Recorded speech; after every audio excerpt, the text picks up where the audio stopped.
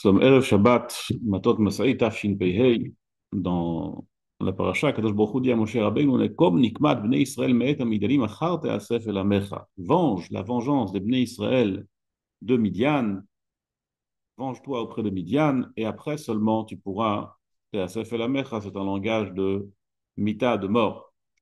Les maîtres Hazal nous disent que cette Nekama de Midian, c'était le dernier acte de Moshe Rabbeinu sur terre. Après cela, Moshe Rabbeinu pouvait le mettre partir.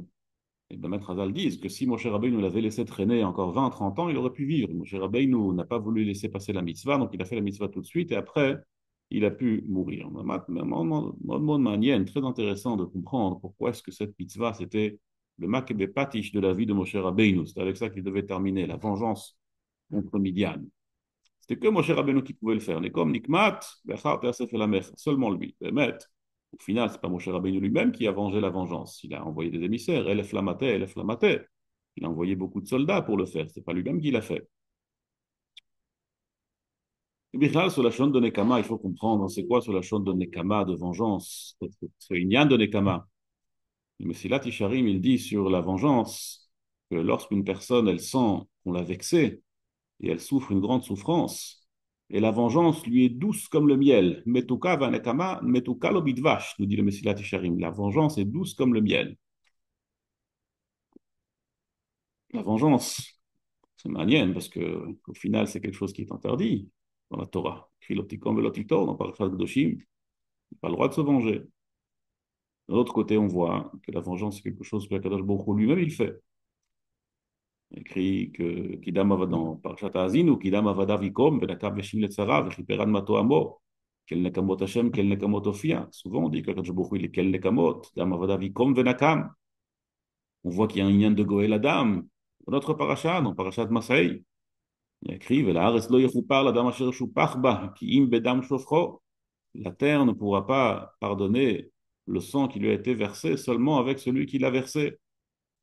On voit dans Parashat Bereshit, Kol dmei achecha tzoakim elai min ha'adama. Le sang de ton frère crie de la terre. Donc on voit qu'il y a un lien de Nekama. D'un autre côté, dans Parashat Koshim, il écrit Lotikom velotito. Et chez nous, on dit Nekom dikma bnei Israël, mais midianim. Alors je vais partager avec vous une idée de Moshe Shapira sur le lien de Nekama et sur comment est-ce que ce lien nous touche à nous et qu'est-ce qu'on doit faire par rapport à ce sujet de Nekama et en quoi ça nous regarde. Le lien de Nekama, la vengeance, ce n'est pas du tout une punition sur un acte. Ce n'est pas un acte punitif. Contrairement à lorsqu'il y a un Beit Din qui punit, là, il y a une punition pour un acte, une punition pour une faute. La vengeance, le Goël Adam, qui venge le sang de son prochain, Akadosh Baruch Hu, qui venge le sang de ses esclaves, de ses serviteurs, Ken Nekamot Hashem, Ken Nekamot Ofi, à la Nekama de Midian, elle est que pour un seul sujet. Et le seul sujet pour lequel on voit qu'il y a une vengeance qui est encouragée par la Torah, c'est lorsque une personne a tué quelqu'un d'autre. Lorsqu'une personne a tué quelqu'un d'autre, il a complètement bouleversé le Seder Bereshit, il a complètement bouleversé la création. Parce que Kadosh Baruch Hu, il a créé des créatures. Il n'y a pas une créature qui a le droit de vivre plus qu'une autre. Toutes les créatures ont le droit de vivre. Et s'il y a une créature qui a décidé qu'elle vivra et que l'autre ne vivra pas, elle a complètement bouleversé la création. Et comme le dit la Gemara dans Sanhedrin, qui te dit que ton sang est plus rouge, peut-être le sang de ton ami est plus rouge. Comment est-ce que tu peux décider que ton sang est plus important que celui de ton prochain et que tu enlèves la vie de quelqu'un d'autre? La, la définition de ce bouleversement, il est expliqué dans la Gemara de Sanhedrin Lamed Zayin. La Gemara, elle dit que Kadosh Baruch Hu, il a créé le monde, l'homme, il a créé l'homme seul. Pareil, Adam Yechidi. Pourquoi est-ce que à Adam Nivra Yechidi, il nous dit la Gemara, la mettra que tout celui qui sauve une vie d'Israël, d'un juif, alors qu'il Hetzil Olam Baleh, comme s'il avait sauvé un monde entier, et au contraire, que Kolam Abed Nefesh Israël, qu'il Ibed Olam Baleh, tout celui qui a fait perdre une vie juive, c'est comme s'il avait fait perdre un monde entier. C'est-à-dire que l'homme est un monde à part entière, l'homme est un univers. Et quand on pense qu'il y a un univers qui est plus important que l'autre, c'est-à-dire que chaque homme, en vérité, il justifie l'univers. Chaque créature, elle justifie l'univers. Et si moi j'ai décidé que non, cette créature-là ne justifie pas l'univers, sans que la Torah m'ait dit que c'est vrai, alors j'ai bouleversé la création et par conséquent, la seule chose qui peut effacer cela, ce n'est pas une punition, mais c'est quelque chose qui est obligatoire, c'est que maintenant, Kol Dmeachecha Tzoakim, ce sang, il crie, comment est-ce que tu as pu faire une chose pareille, comment est-ce que tu as pu bouleverser la création? Et la seule issue de cet acte, c'est un acte de vengeance pour venger ce sang pour lequel on a bouleversé la création. C'est pas possible, c'est tout simplement impossible de laisser une chose pareille. Donc ce n'est pas la faute en soi, ce n'est pas le maaseh ashrata, la avera, c'est le fait qu'il a complètement changé la metsiout, il a complètement changé la façon dont le monde doit exister, et par conséquent, il n'y a pas d'autre issue que celle de venger ce sang qui a été versé. L'otikom velotito, c'est quand on parle d'une action, d'une mitzvah, d'une avera, quelqu'un il a fauté, quelqu'un il a fait quelque chose de mal, il m'a volé de l'argent, j'ai pas le droit maintenant de me venger et de lui voler aussi, quelqu'un il m'a mal parlé, j'ai pas le droit de mal lui parler. C'est difficile, hein, c'est pas évident. Mon Rav disait toujours, imaginons, il y a un voisin qui demande à son voisin un jour, il a besoin d'un aspirateur. Alors il lui demande, prête-moi ton aspirateur. Et le voisin il lui dit, non, je te prête pas. J'ai, mais je te prête pas. Bon, l'exemple. Le lendemain, le même voisin, il a une panne d'aspirateur, et moi, entre-temps, j'ai acheté un aspirateur, et le même voisin, il toque chez moi, et il me dit, prête-moi un aspirateur, s'il te plaît. C'est évident que je lui dis, pas du tout, tu rêves, hier tu m'as refusé, et moi maintenant je te prête. La Torah nous dit sur ça, lotikom, velotitor, je n'ai pas le droit ni de me venger, ni de garder rancune sur un acte qui m'a été fait. C'est presque inhumain, mais c'est ce que la Torah nous demande. Par contre, quand on parle de shfichut damim, quand quelqu'un il a osé penser que damadidei soumakfi, que son sang est plus rouge que celui d'autrui, alors là, la seule issue, c'est nekama, c'est vengeance. Kol me'achechatzoakim. Là, il ne faut pas qu'il bedam shofrot, ça ne pourra pas être pardonné que par le sang de celui qui a versé le sang d'autrui. Là, reslo yechupar, la Gemara dans Masechet Makot, Dafyud Aleph, elle ramène une machloket, que non seulement, il y a un avis qui pense que non seulement c'est un reshut biad goel adam, c'est un droit du vengeur de venger, mais certains pensent que c'est même une mitzvah de venger celui qui a été tué. Et cette leçon de Nekama, cette leçon de vengeance, c'était la dernière leçon que Moshe Rabbeinu nous a enseignée au Klal Israël. C'était la dernière leçon qu'il n'y avait que Moshe Rabbeinu qui pouvait l'enseigner au Klal Israël, même si c'est vrai que tous les gens qui étaient à la Milchama, ils étaient anashim. Et quand on dit anashim, ce n'est pas stam des gens, c'est des gens grands, c'est des gens élevés. Malgré cela, le seul qui pouvait enseigner cette leçon, c'était uniquement Moshe Rabbeinu. Il pouvait nous enseigner cette leçon qu'il y avait ce inyan de vengeance et non pas de punition. Et donc ça, c'est ce que Akadosh Baruch Hu, il demande à Moshe Rabbeinu, Nekom nikmat bnei Israël me'et amidiadim v'achar te'asef el amecha. Il ne peut pas, l'existence ne peut pas continuer, la Metsiout ne peut pas continuer telle qu'elle tant que les Midianim, ils sont là sur terre, continuer à vivre après qu'ils aient essayé d'être chauffeurs d'Amim du clan Israël. Évidemment, c'était plus qu'une chouchoute d'Amim parce qu'ils ont voulu abîmer leur spiritualité. Comme tout le monde sait, ce que les Bnot Midian ont fait fauter le clan Israël, donc c'était encore pire, ils ont voulu être martyrs. Et c'est intéressant hein, que la Gemara dans son Edrin Daf Tzadiktet, elle ramène le pasuk dans Ishaïa qui dit ki Yom nakam belibi ushnat giuli ba, parce que le jour de vengeance est dans mon cœur et l'année de ma délivrance viendra. Comme ça dit le verset. Et la Gemara nous dit là-bas dans son Edrin Tzadiktet Amud Aleph, Lelibi giliti lavra ilo giliti. Je l'ai révélé seulement à mon cœur, mais je ne l'ai pas révélé à l'extérieur. C'est-à-dire qu'Akadosh Baruch Hu n'a pas révélé le jour de la vengeance, le jour de la délivrance. Et là-bas, le Gaon de Vilna, il dit sur ce passage dans Ishaïa, les Libis. C'est qui Libi? Libi, c'est Moshe Rabbeinu. Moshe Rabbeinu, c'est à lui que Kadosh Baruch Hu, il a pu enseigner le jour de la vengeance. C'est-à-dire que celui qui pouvait enseigner cette leçon de qu'est-ce qu'une Nekama, qu'est-ce qu'une vengeance, quand est-ce que c'est justifié, quand est-ce qu'on peut effectuer ce phénomène de vengeance qui est a priori contre toutes les valeurs de la Torah, ce n'est que Moshe Rabbeinu, le Libi. Moshe Rabbeinu, c'est l'Iban chez l'Israël. Moshe Rabbeinu, c'est le cœur du clan d'Israël, et c'est seulement lui qui pouvait nous enseigner cela.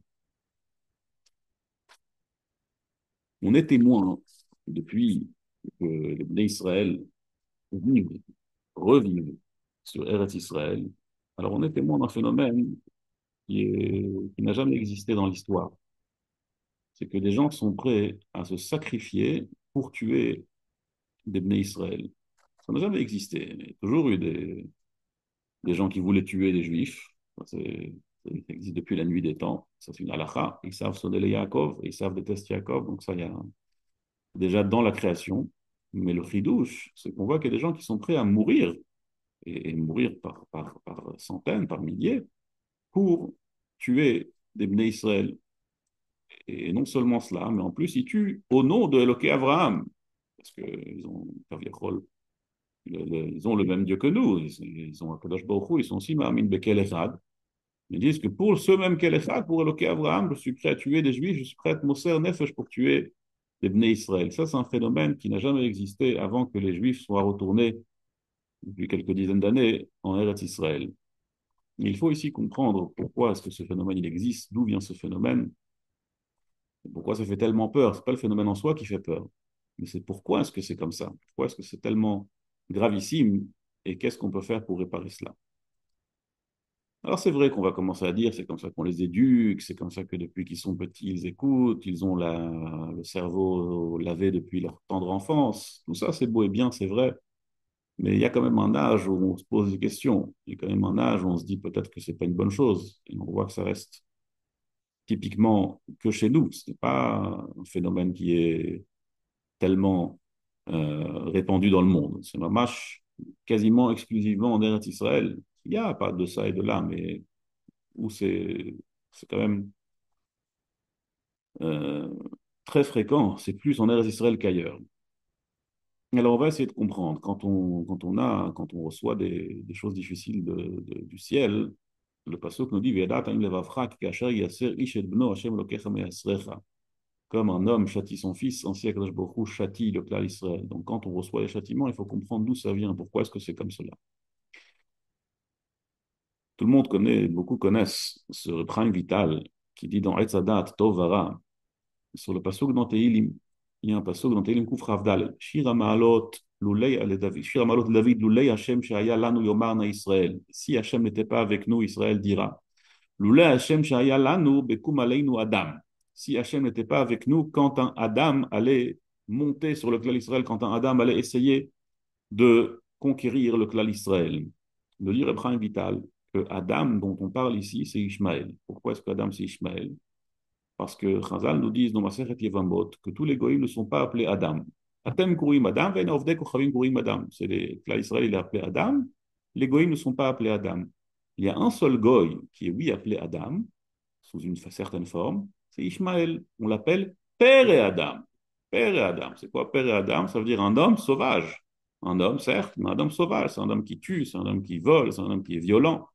Mais il est quand même appelé Adam. Donc il a quelque part un avantage vis-à-vis des autres goïms, c'est qu'il est quand même appelé Adam. Mimaïl, tout le Teilim Kufrav Daled, qui nous dit que Akadosh Baruch Hu, il est avec nous, Bekum Aleinu Adam.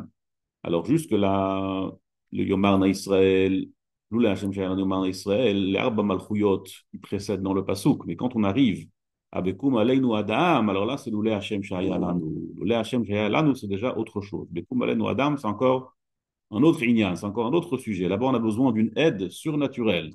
Donc, quand on a un problème avec Ishmaël, nous dirait Prime Vital, c'est pas comme toutes les histoires qu'on a eues jusque-là, c'est encore autre chose. On a besoin d'une aide spéciale d'Akadosh Baruch Hu, Loulé Hashem, Shehayalan aussi, Israël n'était pas avec nous. Et alors, on va essayer de comprendre comment est-ce qu'on peut arriver à cette aide céleste dont on a tellement besoin aujourd'hui et tout le temps en Eretz Israël et partout dans le monde, jusqu'à ce que la Géoula, Bezrat Hashem, arrivera très prochainement. La Torah nous dit Velot echalelu et Shem kochi venikdashti betor bnei Israël dans Parashat Emor. Vous ne vous n'allez pas bafouiller mon nom, vous n'allez pas désacraliser mon nom. Venikdashti betor bnei Israël, et je me sanctifierai au sein du clan Israël. Ani Hashem ekadishrem, je suis Hashem qui vous sanctifie. Amotzi etrem eretz Mitzrayim liot lachem leelokim ani Hashem, qui vous sort d'Égypte pour être votre Dieu. Je suis Hashem. Comme ça, la Torah nous dit dans Parashat Emor. Nous dit la Barashi au nom de Midrash Agadol, Venikdashti betor bnei Israël. Ça veut dire quoi, Venikdashti betor bnei Israël? Nous dit Rashi, ça c'est le Midrash Agadol, Mesoratz becha lekadesh et shmi. Il faut se sacrifier pour sanctifier le nom d'Hachem. Et là, sur ce passage dans Parashat Emor, Rashi nous dit que Veotzet, Hamotzi etrem eretz Mitzrayim, liot lachem lokim ani Hashem mekadishchem, almenat ken, c'est pour cela que je vous ai sorti, pour que vous soyez mekachim et shemi, pour que vous sanctifierez mon nom. Ça veut dire que toute la raison pour laquelle Akadosh Baruch Hu, il a choisi de nous sortir d'Égypte, de faire de nous un peuple, c'est pour qu'on sanctifie son nom.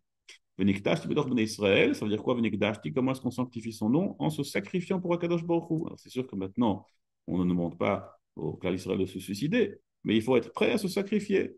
Évidemment, il y a des petits sacrifices, il y a des grands sacrifices, mais il faut être prêt à sacrifier son confort, son sommeil, sa nourriture, son luxe, parfois. Il faut être prêt à se sacrifier pour Akadosh Baruch Hu. Aujourd'hui, malheureusement, je parle d'abord évidemment que pour moi. On est tellement gâté qu'on sacrifie absolument rien du tout. Ça veut dire on veut avancer, on veut faire des mitzvot, mais on n'est pas prêt à sacrifier quoi que ce soit. Et il ne faut pas oublier que c'est pour ça qu'on a été sorti d'Égypte, c'est pour ça qu'on est un peuple. C'est V'nigdash Tibedor Bnei Israël, il faut se sacrifier pour Akadosh Baruch Hu. Sacrifier au sens propre. Alors d'abord, avant tout, sacrifier son confort et les petites choses qu'on peut sacrifier. D'un autre côté, Chilul Hashem, c'est quoi Chilul Hashem? Il y a ici quelque chose d'intéressant que Chazal nous enseigne dans l'Agdama du Zohar à Kadosh, que Chilul, quand on dit Chilul, ça veut dire bafouiller le nom d'Hachem. Chilul, c'est Milachon de Halal. Halal, c'est un cadavre. Comme ça dit l'Agdama du Sefer HaZohar. Ki matzeh halal ba'adama, lorsqu'on trouvera un cadavre sur terre, dans la mitzvah. Alors c'est באמת מאוד מעניין que Chilul, c'est Milachon de Halal. Un cadavre, bafouiller Hachem, qu'est-ce que cela veut dire? On est dans les jours de Ben HaMetzarim, on est dans les jours entre Shiva Asar Betamuz et Tisha B'Av, demain c'est Rosh Chodesh Av.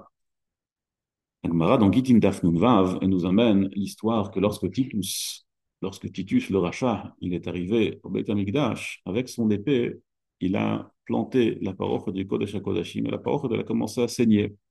Alors dit la Gemara, Kavyachol, Harag et Atzmo, Kavyachol, Kadosh Baruch Hu, il s'est lui-même tué, voilà, la preuve c'est qu'il y a du sang qui coule du Kodesh HaKodashim, comme ça Titus a dit dans sa bêtise. Mais Titus, c'est vrai que c'était un grand mécréant, mais c'était pas non plus un gars qui était complètement stupide. C'était pas complètement idiot. Il avait ici un yesod, il avait ici une certaine base. La base, elle est que lorsqu'on bafouille le nom d'Akadosh Baruch Hu, c'est qu'aviachol, qu'on tue la Kedusha d'Akadosh Baruch Hu, en tout cas sa Kedusha répandue dans ce monde, c'est pas Chas Veshalom que ça n'a pas de sens de dire de tuer Akadosh Baruch Hu, évidemment, mais la Kedusha répandue là, dans ce monde-ci, lorsqu'on est Mechalel la Kedusha, ça veut dire qu'on a tué la Kedusha. Comme ça, le Hakdama du Zohar Kadosh, il dit. Le Chilul, Bilashon Halal. On a rendu Halal, on a rendu cadavre, cette Kedusha qui a été répandue dans ce monde. La bêtise de Titus, ça que Chazal dit, c'est qu'il pensait que puisqu'on peut tuer un peu de Kedusha, il pensait, ah, dans ce cas-là, on peut tuer toute la Kedusha. Et ça, c'était de mettre une bêtise, parce qu'on ne peut pas tuer toute la Kedusha qui est répandue dans ce monde. On peut, Kaviachol, es Mechalel, une partie de la Kedusha qui est répandue dans ce monde. Dans le Beit HaMikdash, Kayadoua, le Beit HaMikdash, c'est le lieu où la Kedusha, la Kadosh Baruch Hu, est la plus visible et la plus palpable. Bechol hamakom asher azkir et shmi avo elecha beirachticha. Ça nous dit dans le Sifri que Sham tehem azkir et shmi, c'est là-bas où tu te rappelleras mon nom, là-bas dans le Beit HaMikdash, dans ce monde-là où Kadosh Baruch Hu illumine plus qu'ailleurs. Donc quand cet endroit-là, dans le monde, il est mechoulal, donc Titus, il est arrivé dans le monde, dans l'endroit où la lumière de Kadosh Baruch Hu émane, il a vu qu'on peut, Kaviachol, tuer une partie de la Gdusha, il s'est dit qu'on peut tuer toute la Gdusha.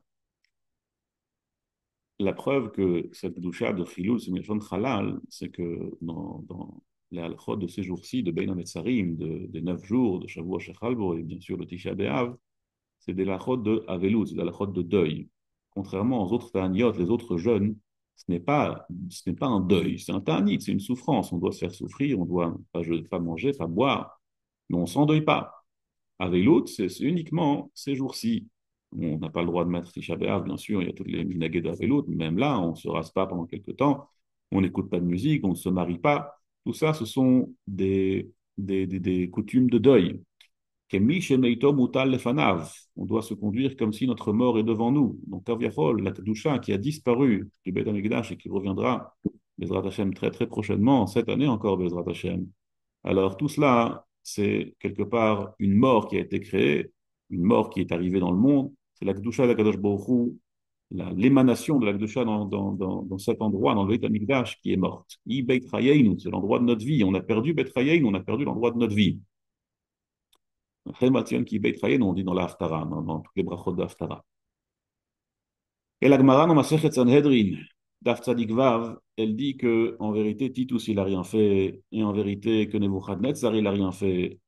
Comme nous dit la Gemara que Kemach Tachun Tachant, tu as moulu une farine qui a déjà été moulue. Tu as déjà tué un peuple qui a déjà été tué. Amaketi la katalt, Heicha kal yakalit. Tu as brûlé quelque chose qui était déjà brûlé. Tout ça pour nous dire, enfin, le Chaim explique longuement Tout ça pour nous dire que tout cela, c'était déjà la cause du clan Israël, c'est-à-dire que Titus, il n'a rien fait, Titus, il est arrivé, déjà, tout était joué, les cartes étaient déjà complètement jouées parce que c'est le clan Israël qui a amené cela. Et tout ça, c'est pourquoi, n'oublions pas, Vela haaretz lo yichu par l'adam asher shu parpa ki im bedam shofcho. On a établi que celui qui tue, dans Aleinu, alors la seule issue de cet acte, c'est quoi? C'est une vengeance. Mais il est lorsque nous, et bien sûr qu'on a une responsabilité, comme Chazal nous disent que chaque génération, le Beit HaMikdash n'a pas été construit, c'est comme s'il a été détruit dans sa génération. Donc on a une responsabilité pour le Beit HaMikdash qui n'est pas là. Donc Kaviachol, on est Mechalel Shem Shamaim. Et quand on est Mechalel Shem Shamaim, en plus, dans le lieu où la Kedusha est censée être, en Eretz Israël, et encore plus à Yerushalayim, mais pas seulement, en Eretz Israël, on est Mechalel Shem Shamaim. Alors Kaviachol, Mechalel, Chilul, c'est Milachon Chalal, on tue Kaviachol, l'émanation de la Kedusha dans ce monde-ci, la Hitgalou de la Kedusha dans ce monde-ci. Et Mimail, la seule issue, c'est une vengeance. Et à présent, on peut comprendre un peu plus ce phénomène surnaturel que des gens sont prêts à des gens sont prêts à se sacrifier pour tuer des juifs, pour tuer le clan Israël. Tout ça pourquoi? Parce qu'on n'est pas suffisamment Mekadesh Shem Shamaim, mais au contraire, on ne fait pas notre but dans le monde pour lequel Akadosh Baruch Hu nous a sortis d'Égypte, mais au contraire, on est Mechalel Shem Shamaim. Et Mimeil Ekim Bedam B'Shofro, Akadosh Baruch Hu Kaviachol Aleinu. Il venge la mort de Sakdusha, il venge le chiloul de Sakdusha. Et ça, c'est à travers les choses terribles qu'on voit, comment est-ce que Ishmaël, il s'attaque au clan Israël, même avec Messirut Nefesh. Et il y a un midrash qui fait très peur dans le Yalkut, c'est écrit dans Pirkei de Rabbi Eliezer, que Yitzhak et Ishmaël, ils avaient une dispute. Yitzhak, il a dit, moi, je suis mieux que toi, parce que moi, j'ai eu ma Brit Mila quand ça, à 8 jours. Ishmaël, il dit, mais non, c'est moi qui suis mieux que toi. Parce que moi, à 13 ans, à 13 ans, on peut déjà refuser. Et on a déjà une conscience. On sait qu'on a mal. On sait que... Et moi, malgré tout, j'ai accepté. Donc, tu vois que ma Messirut Nefesh était encore plus grande que la tienne. Et bien, mais Yitzhak, il a été très troublé par cette phrase. Parce que c'est vrai que quand on a 8 jours, on ne peut pas faire grand-chose. Et après, il a dit, Alva, Yitzhak Avinu, il a dit, Alva, yegale alay Akadosh Baruch Hu, veyomar li shechtoch li echad me'evarai velo hakev. Si seulement Akadosh Baruch Hu pouvait venir me demander de couper un de mes membres du corps et je l'aurais accepté. La grandeur du cadeau qu'Akadosh Baruch Hu nous a fait, c'est que tous les jours, Bémet, quand on dit Ve'ahavta, et Hashem Elokecha bechol levavcha, bechol nafshecha, tous les jours, Kirat Shema 2 fois par jour, le fait même de penser qu'on est prêt à se sacrifier pour Akadosh Baruch Hu, la seule pensée, elle est déjà considérée comme une Messirut Nefesh, comme un sacrifice pour Akadosh Baruch Hu. La seule pensée, c'est un cadeau qu'Akadosh Baruch Hu nous a fait. Mais même ça, malheureusement, on n'est même pas capable de le penser. Il ne faut pas oublier que Vetna Briti Beini ou Beinecha, Akadosh Baruch Hu, il dit à Avraham Avinu, que je vais faire ma brite entre toi et moi. Rashi nous dit que grâce à la brite, brite à Aretz, brite chez l'Ahava, une alliance d'amour et une alliance de Eretz Israël. Grâce à la brite, Akadosh Baruch Hu va donner Eretz Israël. Donc ça veut dire que la dispute qu'il y a entre Yitzhak et Ishmaël, qui est plus Moser Nefesh, elle est vraie, elle est réelle. Ce n'est pas une dispute qui n'a pas de source. Le srout, le mérite d'être en Israël, d'être en Eretz Israël, c'est qui est-ce qui est plus Moser Nefesh, qui est plus prêt à se sacrifier. Celui dont la Mila, elle est plus raviva devant Akadosh Baruch Hu. Mais il est la leçon à retenir pour nous. On est Israël, Mekadesh Shemecha. On doit être Mekadesh Akadosh Baruch Hu bitmidout. On doit faire tout ce qu'on peut pour se sacrifier. Encore une fois, sacrifier, ça veut dire que maintenant on doit se suicider, Chaz Shalom, pour Akadosh Baruch Hu. Mais en tout cas, sacrifier un peu de notre confort, un peu de notre luxe, un peu de tout ce qu'on aime. Et tout ça, l'Echem Hashem Itbarach, pour Hashem Itbarach. Et bien sûr que c'est difficile, et bien sûr que chaque effort, il n'est pas évident, mais ça vaut le coup. Loulé Hashem Shaya Lanu, Ozreinu Beshem Hashem, Ose Shemaim Vaaretz, le Teilim qui est rapporté par le Prime Vital, Ozreinu Beshem Hashem. Quand on est Mekadesh Shem Hashem, c'est Meroumaz dans le Passouk, il y a une allusion dans le Passouk, quand on est Mekadesh Shem Hashem, elle est là, la Ezra, elle est là, l'aide. Kadosh Baruch Hu, il nous envoie. Yehi Ratzon Bezrat Hashem, qu'on puisse être Mekadesh Shem Hashem, et non pas Chas Shalom Mechalel Shem Hashem. Et grâce à cela, il y aura une grande Géoula pour tout le clan Israël, et qu'on se retrouve, tout le clan Israël, en Eretz Israël, avec le Beit HaMikdash, Mashiach Tzidkeinu, encore cette année, avant Tisha B'Av, qu'on se retrouve tous à Yerushalayim. Kol Tov et Shabbat Shalom.